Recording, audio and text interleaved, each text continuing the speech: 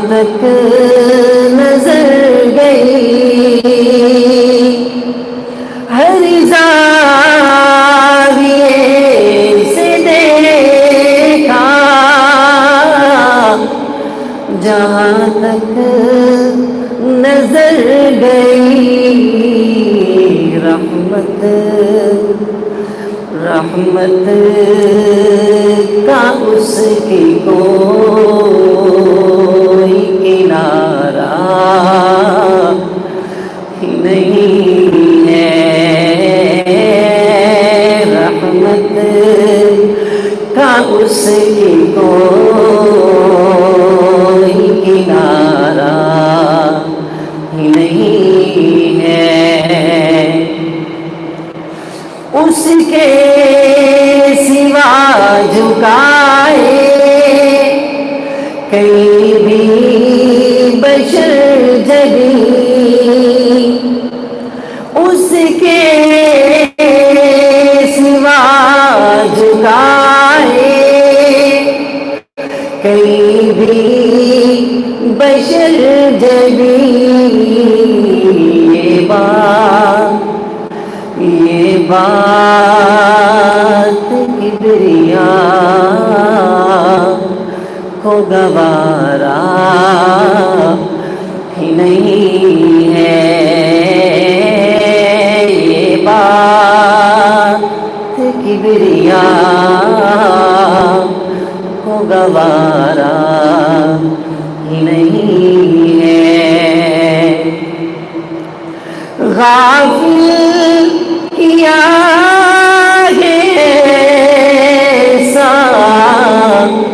ہوس نے جہان کی غافل کیا ہے ایسا ہوس نے جہان کی جو سانپ نفس کا ہے وہ مارا ہی نہیں ہے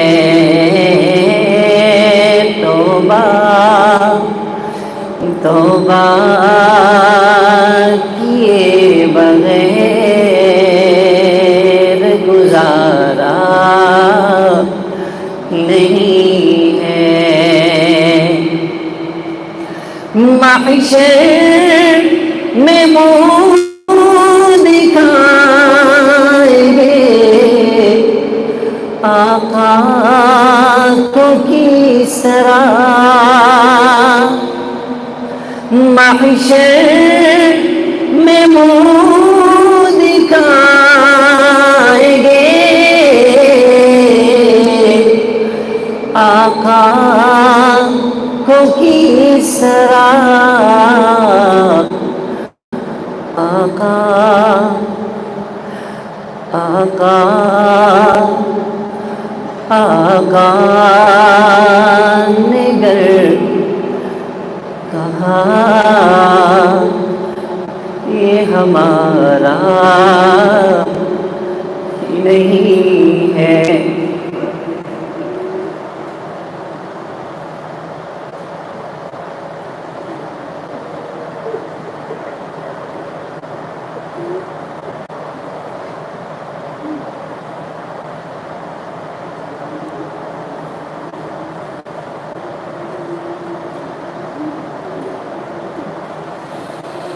محشر میں منہ دکھائیں گے آقا کو کس طرح آقا آقا نے گر کہا یہ ہمارا نہیں ہے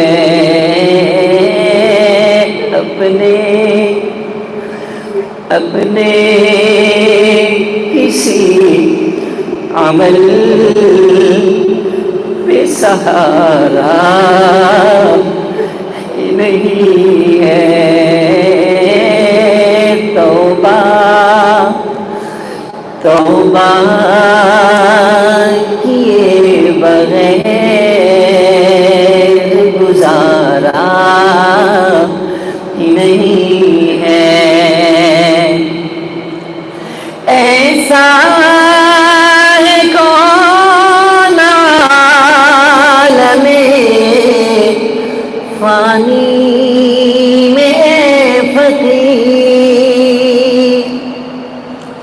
ایسا ہے کون عالم فانی میں فقیر جو زندگی کے کھیل میں ہارا نہیں ہے جو زندگی کے کھیل میں ہارا نہیں ہے اپنے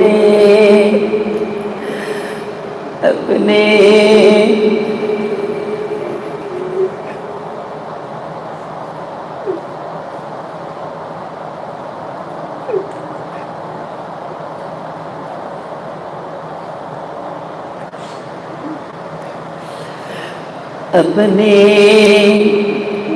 کسی عمل پہ سہارا نہیں ہے توبہ توبہ کیے بغیر گزارا ہی نہیں ہے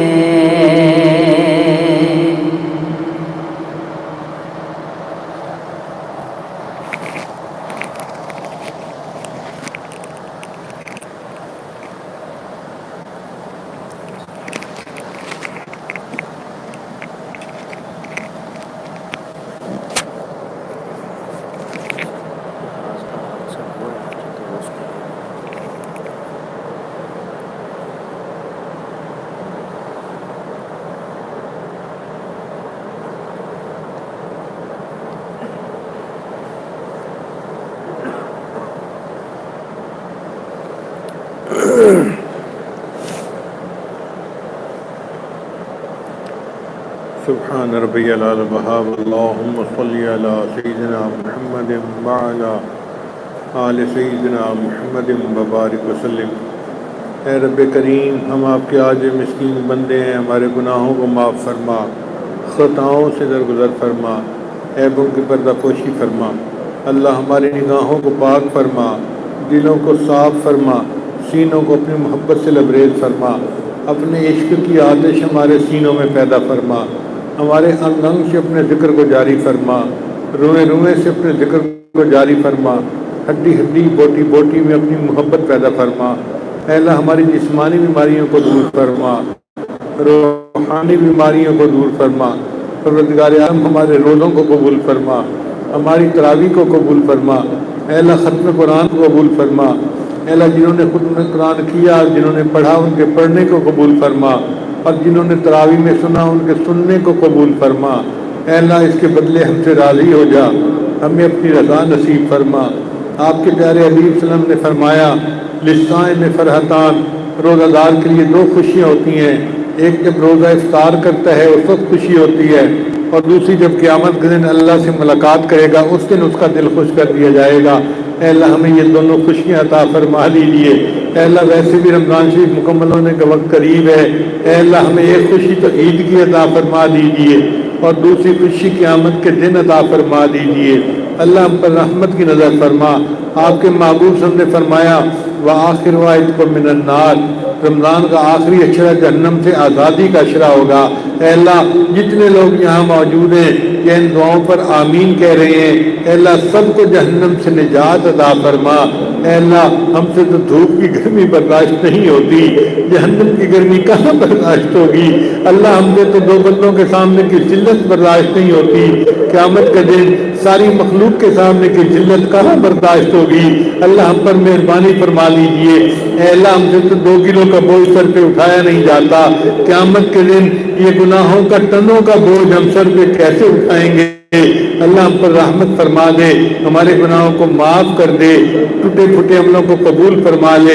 اے اللہ جو بے اولاد ہیں ان کو اولاد نرینہ عطا فرما، جو صاحب اولاد ہیں ان کی اولادوں کو نیکوکار بنا، فرما بردار بنا، ماں باپ کی آنکھوں کی ٹھنڈک بنا۔ جن گھروں میں جوان بچے بچیاں موجود ہیں اے اللہ ان بچوں کے مستقبل کو روشن فرما، ماں باپ کے لیے فرض ادا کرنے آسان فرما۔ اے اللہ بیماروں کو شفا عطا فرما، ہماری ان دعاؤں کو اپنی رحمت سے قبول فرما۔ دور قریب سے بہت سارے لوگ آئے ہیں اس امید پر کہ ہماری دعائیں قبول ہوں گی، اے اللہ مہربانی فرما دیجئے، دعائیں قبول فرما لیجئے۔ اے اللہ اس مجلس میں سفید بالوں والے بھی ہیں جو کلمہ پڑھتے پڑھتے بال سفید کر بیٹھے، اے اللہ آپ آج ان کے اوپر ترس کھا لیجئے، ان کے سفید بالوں کی لاج رکھ لیجئے، اور اے اللہ ان کے گناہوں کو معاف کر دیجئے۔ اے اللہ اس مجلس میں نوجوان بھی ہیں جو آج اپنے گناہوں سے سچی توبہ کرنا چاہتے ہیں، اے اللہ آج تو گرم خون بھی معافیاں مانگ رہا ہے۔ اے اللہ ان نوجوانوں کو اگر آپ نے معاف نہ کیا تو شیطان بہکائے گا، نفس بھٹکائے گا، جوانیاں ضائع ہو جائیں گی، ضائع ہونے سے بچا لیجئے۔ اللہ نیکی کے اوپر جما دیجئے، نیکی کا شوق عطا فرما، دین کی محبت عطا فرما، اور اے اللہ ہمیں نیکیوں والی زندگی نصیب فرما، تقوی و طہارت والی زندگی نصیب فرما۔ اے اللہ اس مجلس میں چھوٹے چھوٹے بچے بھی ہاتھ اٹھائے بیٹھے ہیں، اے اللہ ہم آپ کو ان کے ہاتھوں کی معصومیت کا واسطہ دیتے ہیں، پروردگار عالم ان معصوم ہاتھوں کو خالی نہ لٹا، اور اس کی برکت سے اللہ ہمارے بھی گناہوں کو معاف فرما دے، اللہ ہمارے بھی گناہوں کو معاف فرما دے۔ اے اللہ ہمارے بھی ہاتھوں کو خالی نہ لٹا، مہربانی فرما، ہماری ان دعاؤں کو اپنی رحمت سے قبول فرما۔ اے اللہ آپ نے قرآن مجید میں فرمایا وَأَمَّا السَّائِلَ فَلَا تَنْهَرْ، سوالی کو انکار نہ کرو۔ جب ہم کمزوروں کو حکم ہے ہم سوالی کو انکار نہ کریں، اے اللہ ہم بھی تو آپ کے در کے سوالی ہیں، پروردگار عالم آپ بھی ہمیں انکار نہ فرمائیے، ہمیں بھی عطا فرما دیجئے، جو ہمارے حاجات ہیں ان کو پورا کر دیجئے، اور ہماری امیدوں سے بڑھ کر عطا فرما دیجئے۔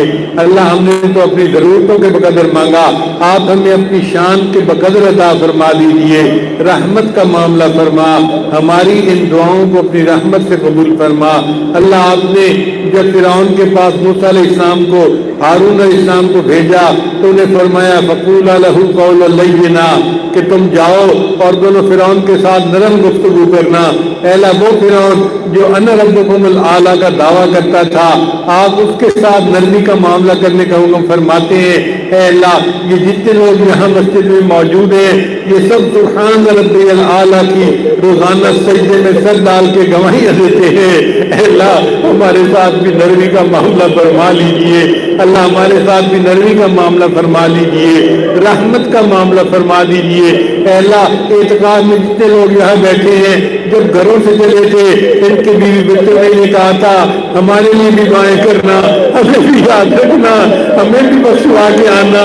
اے اللہ بہت امیدیں لے کے آئے تھے، اے اللہ اب تو رمضان کا ایک آدھ دن باقی ہے، رب کریم رحمت کا معاملہ فرما، جو مانگنے آئے تھے وہ عطا کر دیجئے۔ اے اللہ ہم تو آپ کے در کی چوکھٹ پکڑ کے بیٹھے ہیں، یہ متقین 10 دن رات گزر گئے آپ کے در کو پکڑ کے بیٹھے ہوئے ہیں۔ اے اللہ مہربانی فرما دیجئے، آپ تو دنیا کے سخیوں سے زیادہ بڑے سخی ہیں، مہربانی کی ایک نظر فرما دیجئے، سب کی مرادیں پوری کر دیجئے، جو جو دل میں مرادیں لے کے آئے تھے اللہ ان کو پورا کر کے بھیج دیجئے، رحمت فرما دیجئے۔ اے اللہ بیماروں کو شفا عطا فرما، بیکاروں کو روزگار عطا فرما۔